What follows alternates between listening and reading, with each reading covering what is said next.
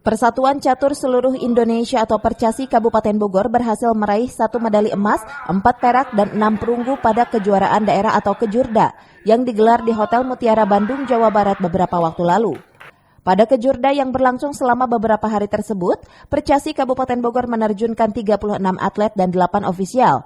Ini sekaligus juga sebagai babak kualifikasi untuk Porprov Jabar 2022. Memberikan informasi melalui sambungan teleponnya, Ajat Rohmat Jatnika, selaku Ketua Percasi Kabupaten Bogor mengatakan, Kejurda ini sekaligus ajang pemanasan serta tolok ukur para atlet catur yang bakal diterjunkan di perhelatan olahraga bergengsi setanah Pasundan. Adapun prestasi yang diraih para atlet catur binaannya adalah 11 medali. Pada Kejurda tersebut, Kota Bandung menjadi juara umum dengan capaian 15 emas, 2 perak, 2 perunggu. Disusul Kabupaten Bekasi, 4 emas, Kota Bekasi 2 emas, 1 perak, dan 5 perunggu.